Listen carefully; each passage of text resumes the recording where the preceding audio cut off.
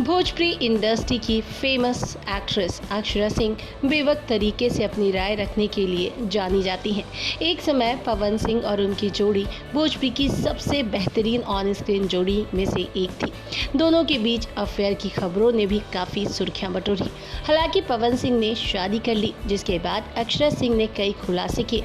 उन्होंने आरोप लगाया कि पवन सिंह के परिवार की तरफ से उन्हें जान से मारने की धमकी तक दी जा रही है। जी हाँ, वहीं अक्षरा सिंह वो उन दिनों बेहद ही मुश्किल दौर से गुजर रही थी और उनका साथ देने वाले इंडस्ट्री में कोई नहीं थे।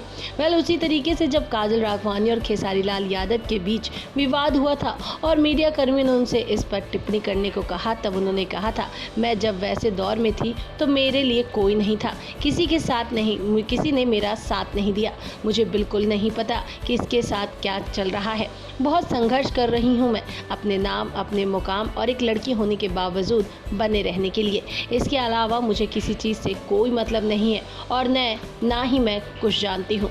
वहीं अक्षरा सिंह से जब पूछा गया कि खेसारी या पवन सिंह में से वो किससे टक्कर दे रही हैं, तो उन्होंने जवाब में कहा कि उनके टक्कर का कोई नहीं है, उनका मुकाबला खुद से ही है। आपको बता दें, अक्षरा सिंह और पवन सिंह के रिश्ते तब खराब शुरू होने हैं जब पवन सिंह की शादी साल 2018 में ज्योति सिंह से हो गई।